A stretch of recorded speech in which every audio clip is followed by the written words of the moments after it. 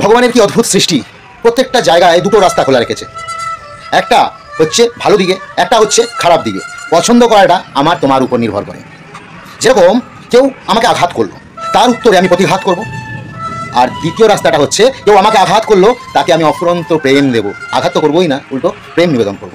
প্রথম রাস্তাটার তাহলে ফলাফলটা জানি, আমাকে কেউ আঘাত করলো, আমি তার সংঘাত করলাম, এবং এই সংঘাতের থেকে আমাদের সংঘর্ষ সৃষ্টি হলো। সংঘর্ষ ধ্বংসাত্মক। যেমন এই আঘাত করেছিল বলেই পঞ্চপাণ্ডবকে তারা সংঘাতে জড়িয়ে পড়েছিল, সংঘর্ষ হয়েছিল, কুরুক্ষেত্র তার ফল, এবং তাতে কুরু পাণ্ডব দুটো বংশই ধ্বংস হয়ে গেছিল।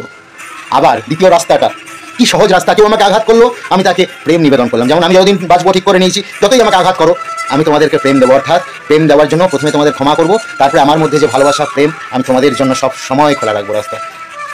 উদাহরণ দিই, উদাহরণটা হচ্ছে যীশু খ্রিস্ট পেরেক দিয়ে গাছে তাকে আঘাত করছে, আর সেই ঈশ্বরের কাছে বলছে, ঈশ্বর এদের ক্ষমা করে দাও। মানে তাদের প্রতি যীশু খ্রিস্টের প্রেম, যেটা কিন্তু খ্রিস্টান ধর্মকে সৃষ্টি করেছিল। আমাদের মহাপ্রভু তাকে জগাই মাধাই কলসির কানা দিয়ে মেরে মাথা ফাটিয়ে দিল, আর জবাই মাধাই বলল, মেরেছো কলসির কানা, তা বলে কি প্রেম দেবো না? অর্থাৎ আঘাতের প্রতি উত্তরে আমি যদি প্রেম নিবেদন করি, সেই প্রেম সৃষ্টি করবে। যেমন চৈতন্য মহাপ্রভুর বৈষ্ণব ধর্ম, খ্রিস্টান ধর্ম সৃষ্টি হয়েছে। আর আঘাতের উত্তরে আমি যদি সংঘাতে জড়িয়ে পড়ি, সেটা ধ্বংস করবে।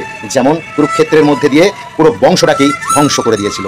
পছন্দটা আমাদের, আপনি কি করবেন সেটা আপনি ঠিক করুন। আমি তো আমার জীবনে আঘাতের উত্তর আজ থেকে প্রেমের মধ্যে দিয়েই দেবো। রাধে রাধে।